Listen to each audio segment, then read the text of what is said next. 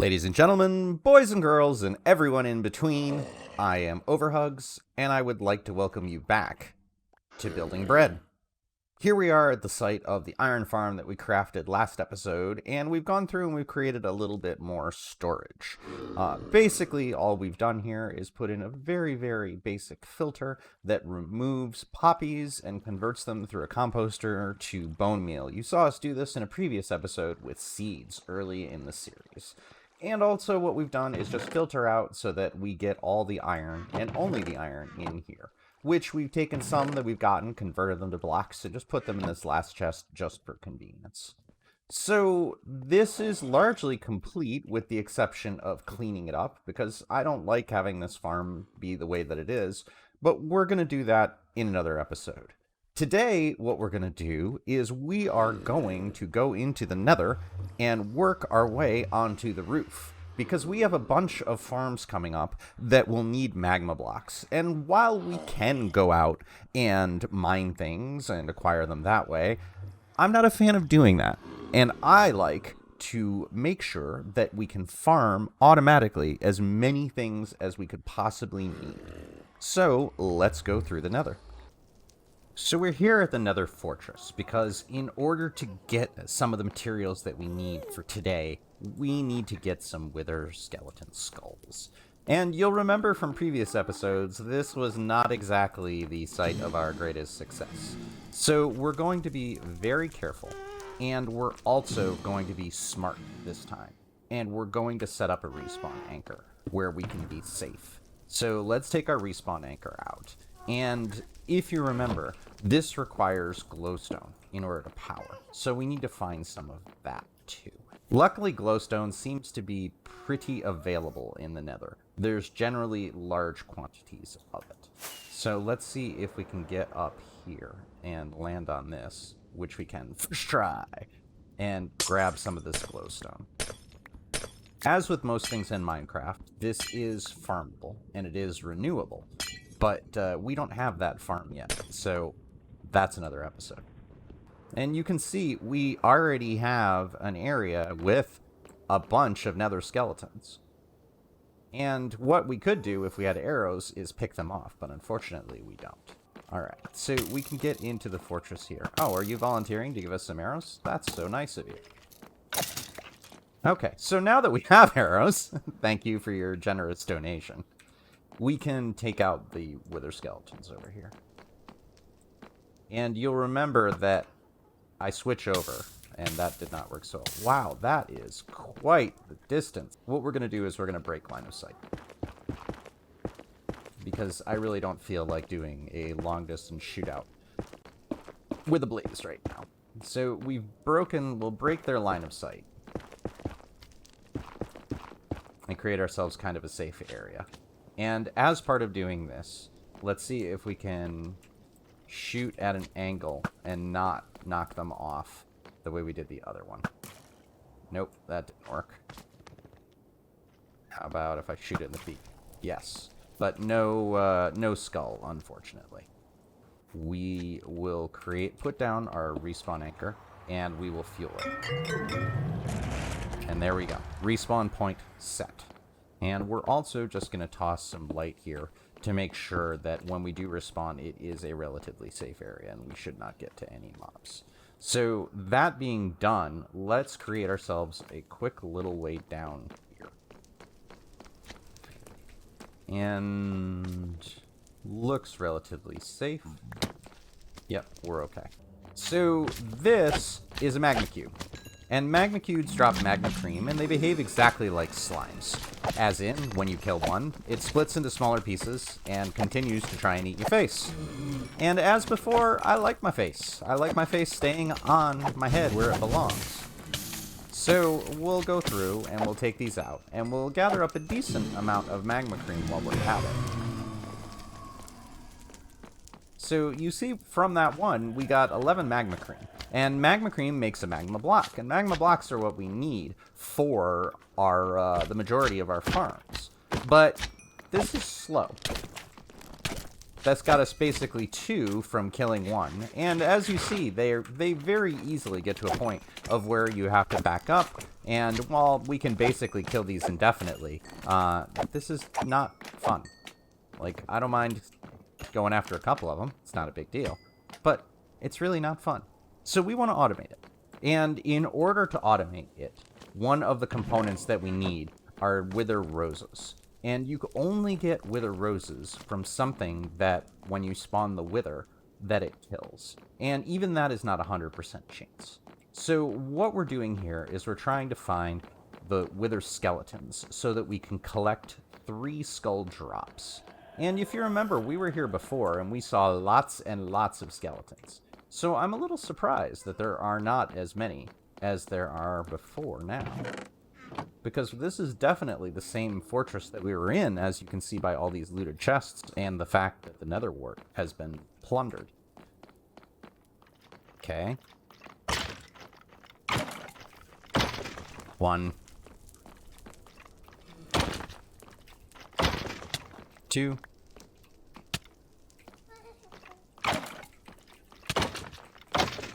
3. 4. 5. 6. 7. 8. 9. Running. 10. Hey, and finally got our first skull, which should give us an achievement, or advancement. Spooky, scary skeleton. So now we only need to do that 2 more times. Ninja skeleton.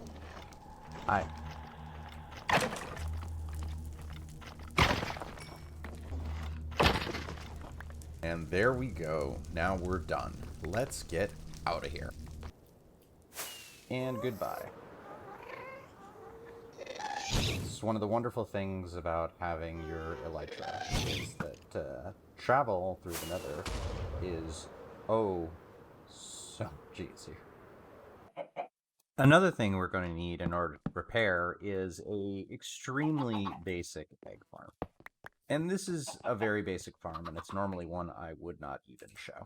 But in this case, let's just build it really fast. The only thing we care about at this point are the eggs. And there are definitely more straightforward chicken farms that will give you cooked chicken, and we may build one of those later just for fun. But for right now, we just need eggs. Literally, that's it. So all we're going to do is go through here and take the chickens we had and take the one that we bred, and we're going to grab them with the lead. No, we're going to grab them with the lead. And we're going to pull them up here. And this chicken will run up. This chicken will come up. This chicken will come on. Really? Really? You really just want to be difficult, don't you? Cross and get them to fall in. And get them to fall in. Fall in? Fall in. Thank you. Would you like to come too? Can I convince you with some tasty seeds? Tasty seeds. Thank you. All right, and now we have our chickens. So we'll do that, and we will just cap this, because the last thing I want is something to come along and to kill them. And that's literally it.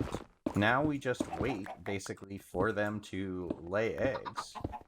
So this is just a very basic chicken farm, and all we're going to do is we're going to come up here and we're going to breed these chickens so that we can get as many as we can.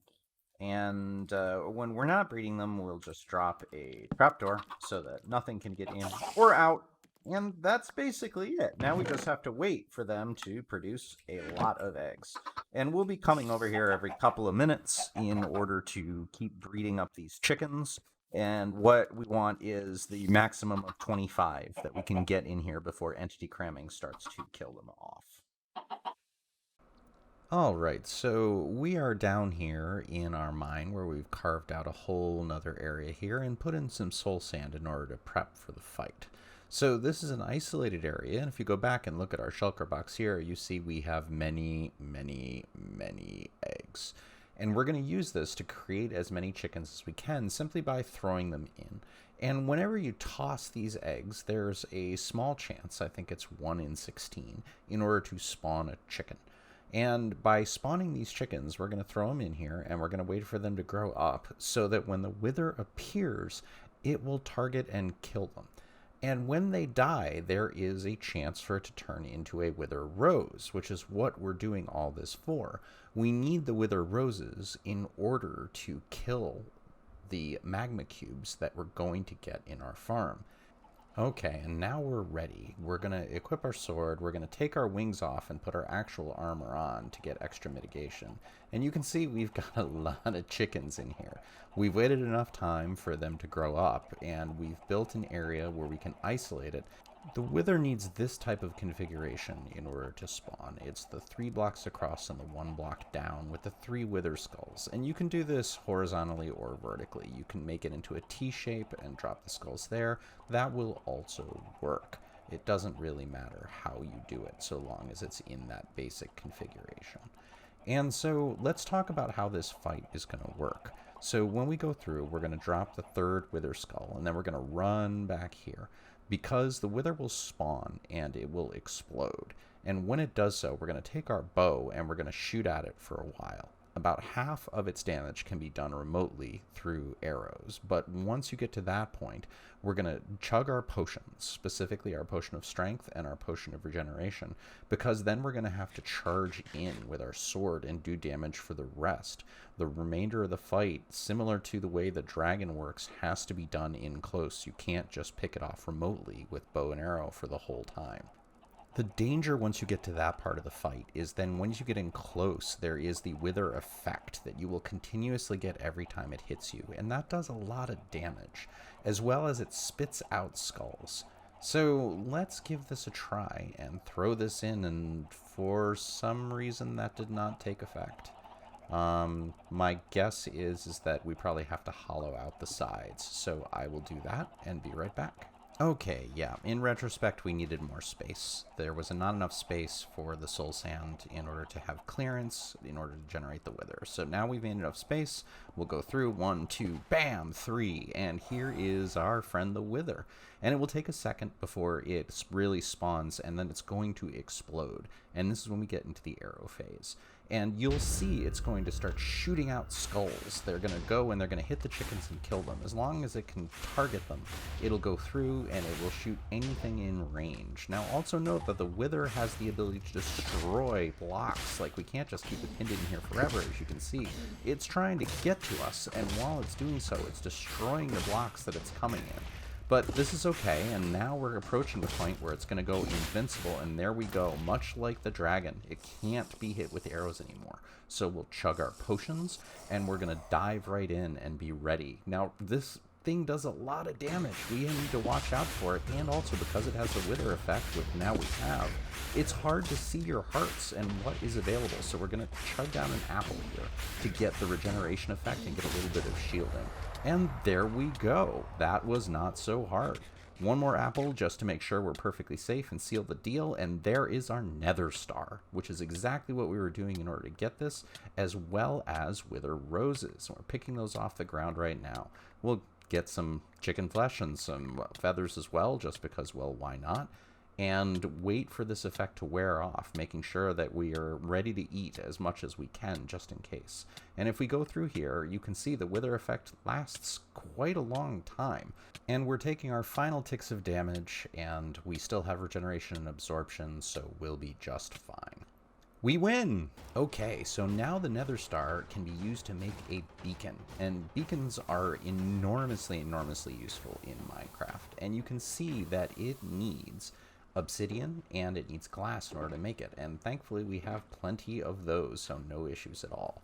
Once we go through and we have our beacon, we need to build a platform for it. In order for it to be powered and functional, it needs a platform of either iron, gold, emerald, diamond, or netherite. And you drop the beacon on top of that platform, and there you go. It is now active. This is the minimum that you can do in order to activate the beacon, is 3 by 3. And that little beam of light will reach all the way up to infinity. Once you do that, it gives you a number of effects that you can activate depending on what the beacon is, up to 4 different tiers of the pyramid that you can see. And we'll activate the first one here. And in order to do that, we need an ingot. And that as well can be iron, gold, diamond, emerald, or netherite. Again, although if you're using netherite, you are richer than I am. So we'll activate this using iron, and we're going to choose speed, because speed is an easy one to see what the difference is. So it activates, and you can see now we're running around a little faster as we're close to the beacon. And this gives us a new effect, and you can activate any one of these powers that you want to. It just takes the ingot to switch it. When you have a fully powered pyramid, you can get 2 effects. You can get a speed 2 or a haste 2. Or 1 and regeneration. And this is very handy in itself, because the regeneration is useful if you have something where you're doing a farm and you are going to starve to death overnight, because it will keep your hearts full even if your hunger is all the way down. So now we've created the max pyramid, and what we've done is we created the 3 tiers, each one larger than the one before. So 3, 5, 7, and 9 by 9 on the bottom. And this has to be complete. It cannot be hollow. Each level must be fully filled in. And what we can do is now we can go through and we can take our beacon and drop it at the top of this pyramid, and it will fully activate. This will give us a fully powered beacon that will enable us to do both 2 status effects, as well as maximize the distance that it will travel. And you can see now that we'll go through and we'll be able to pick a first of haste and a second one of haste 2 and activate them both. And you see that we also got another advancement while we were doing this, of fully powering a beacon. Now that we have 2 haste status effects, let's show you the power that this gives us. So now we'll show some of the distance, and what you can do if we collapse the crafting pane here is you can see the status that we have, and it will refresh itself. You'll see it ticks down to about 13, and then it goes back up to 16. The beacon itself sends out a pulse, and it sends out a pulse that will last a certain distance. I believe it's 50 blocks, and we're not at there yet, so it should refresh, and it does. But if we keep going further and further and further, you will see eventually we will reach a point. This should be far enough where it is not refreshing anymore, 7, 6, but if we come back here, it will refresh again as we re-enter the area. Now, that's about the distance that you can do, which is why you see that you may need several beacons, but let's show what Haste 2 actually does. We see here that we have our picks, and it gives us insta-mining with efficiency 5. Let's go to efficiency 4 so you can see the difference and see that it is just block, block, block. But we switch back and we just tear through the stone. It is insta-mining just like shovels do on sand when you have this, which gives you the ability to clear out huge amounts of areas very quickly, which can be very powerful, both for mining and for clearing out area to make new farms themselves. So here we are as a section of the Nether that is close to what our Nether hub is. And the reason we're doing this is because I don't want to stray too far. We will definitely have to get to the point of where we're going to have to travel quite a long ways, but let's minimize that for right now. And what we want to do is we want to go up. So basically, what we're going to do is we're going to take our scaffolding, and we're going to use our scaffolding to go up to the roof of the Nether. And you can see this, like, I'd like to remind people that digging straight up is just like digging straight down. It's generally not the best idea, so let's be very careful. But as we're going up here, we're going to go up to one side and then up another. And this way, we can get out of the way if anything goes wrong. This might be a little paranoid, but I'd rather be paranoid and alive than not. So we're digging up here. And what we want to do is we want to get as high as possible until we run into bedrock. And you'll see that as we start to get up here, we will start to run into bedrock randomly. And the reason I'm just digging straight up like that is because I'm not seeing the light that lava would be when I dig to the left. And because of that, I can be reasonably certain that it's also safe. And now here we are. Here we are in Bedrock. This is Bedrock, and Bedrock is an unbreakable block unless you use some secret techniques that we might be talking about a little later in this episode. And you can see that it's not constant. If you dig down or up to the Bedrock limits, you will see that it is random. Like sometimes it's here, sometimes it's down here, sometimes it's even higher. And what we're doing is we're looking for the highest point of Bedrock that we can find. And generally what that is 127. So we'll go to our friend, the debug screen, and say that we are looking at, we want a block that is targeted that says 127, and look, we're lucky, this one does. If you're not sure what I'm talking about this right here, this targeted block section that says the block that we're looking at is at Y127. And getting through is not that hard. It used to be much, much more difficult. But in current versions of Minecraft, we can do it with simple things like ladders and ender pearls. So what we're going to do here is we're going to create a ladder up to the very, very top, and we're going to equip our ender pearl. We're also going to make sure that we have our nether chest with us, and that our nether chest contains our obsidian, and that we have our flint and steel. Because while you can definitely get up through Bedrock, it's really hard to get down unless you go through the bedrock breaking techniques that we're going to talk about later. So what we'll do is we'll climb all the way up here. We'll point kind of at an angle, and we'll throw our ender pearl, and look, we're now through. It is that easy. So this is the nether roof, and this is a little different because there's not much here. If you look around, you notice we're at a point of where we can't see anything. It would be very, very easy to get lost. So what we're going to do is, first off, we're going to create our portal. So we'll take our obsidian. We've done this many times before, so this isn't anything new. And we'll just create a nether portal here. And this is how we're going to get back until we go through and we do our bedrock breaking trick. So we'll go through here. We'll take our flint and steel. And this will almost certainly connect back up to an existing portal. So what we're going to do is we're going to look at the exact coordinates, and we're going to write this down, and it is 43, 59, and 128. So now let's go through the portal and see where we end up. So time got a little away from us today on building bread. So I'm going to split this up with a mighty swing of my sword into 2 different episodes. So once again, I wanted to thank you for choosing to spend your time on the adventure with me. I am OverHugs, and this has been Building Bread. As a reminder, I donate all the profits I make off of this to local food banks. So if you've enjoyed, or otherwise gotten something of value out of today, I would appreciate it if you could like, subscribe, or tell a friend. Together, we can help people that are in need. I hope you have the most wonderful of days, and I'll see you soon.